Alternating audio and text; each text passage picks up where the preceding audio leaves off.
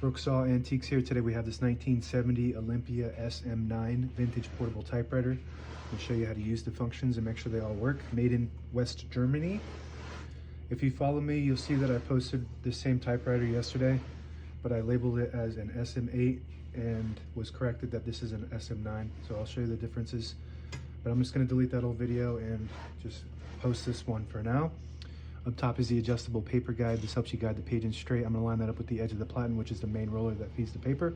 Above that are the margins. This left margin I'm going to set on 0 and the right one around 75. That's about the length of the page. And it has a switchblade paper support arm that flips up from the back, and it telescopes for really long paper, I guess, but I'm going to leave it right there on the standard. This is the paper bale that sits on top, holds the page down. It's got 2 adjustable rollers and a scale on it. So we're going to test those margins. Looks good.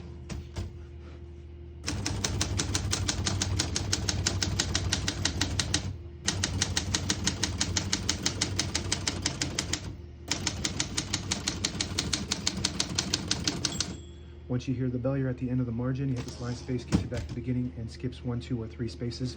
Right now we have it on single, but if you want double, you just flip that switch down. It skips 2. One more, it skips 3. That works good. We're going to keep that on single for now and finish typing.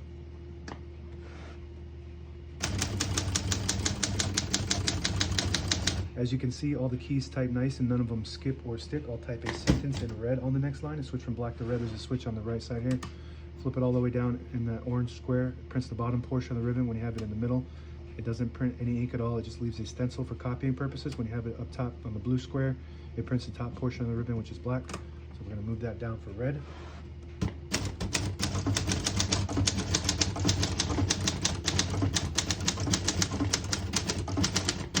Beautiful typing machine. This is one of the best typewriters ever manufactured.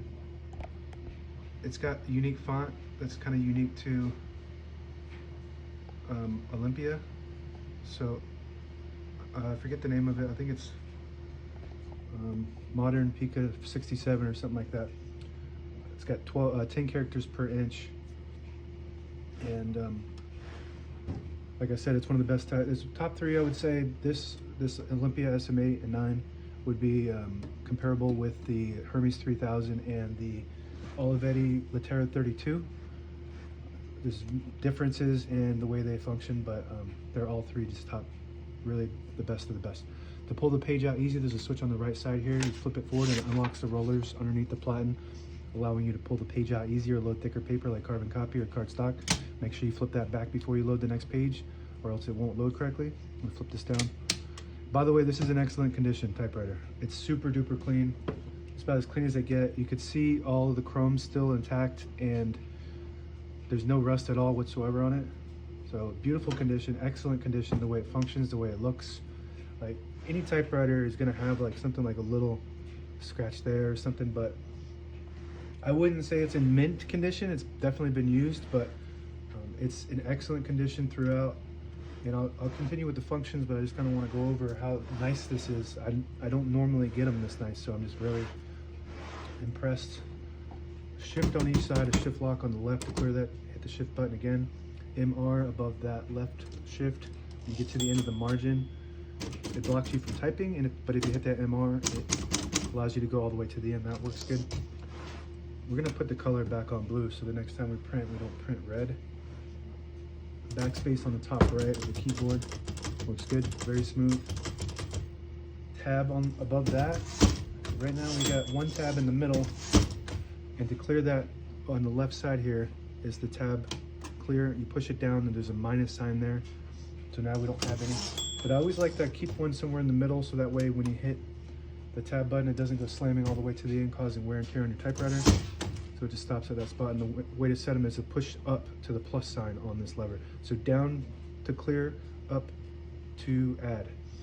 And that's the difference between the Olympia SM8 and the SM9, is the SM9 has the tab function on the keyboard, whereas the SM8 has a manual tab set on the back. You have to move with your fingers. And I believe the SM8 does not have a touch control. This does. And we'll go to that next. Hood opens up like a car, really cool. touch control is right on the inside here, right above or right below the left spool. And the further down you go, the more tension there is when you hit the keys. You do have to hit them harder for them to print, but they respond faster. Farther up you go, the less tension there is, so you don't have to hit the keys as hard for them to print.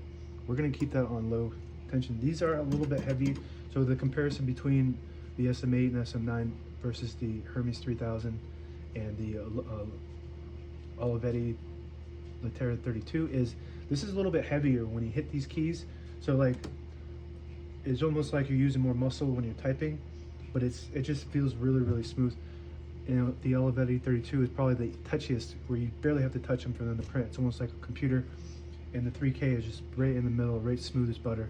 So I would say the 3K is the best out of the, pretty much the best of the best. But I really, really love this. It's the Mercedes-Benz of typewriters. Super smooth, made out of the best parts you can get.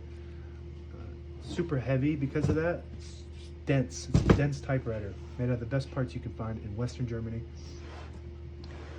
What do we have? Are we done with the keyboard? I think so. So we're gonna move into, so let's go back into the interior, and all the brand new ribbons loaded on the left, so it's pulling to the right if you want to switch that direction. Behind the spool you want to switch it to, you move this little ribbon guide here to the opposite side, and it'll pull counterclockwise. If you want to move it to the right, so you just do that and it'll pull to the right. That's the way we want it. That's how you do that. On the right side of the carriage is your carriage release. There's a carriage release on each side. Super duper smooth. It's like a Mercedes-Benz. Just best of the best parts. And this is the Alt-Tab reset behind the knob here. So if you want to clear all tabs, you push this in and it'll clear all your tabs. But I do want to have one still, so I'm going to set one right there. This is your switchblade, like I showed you earlier.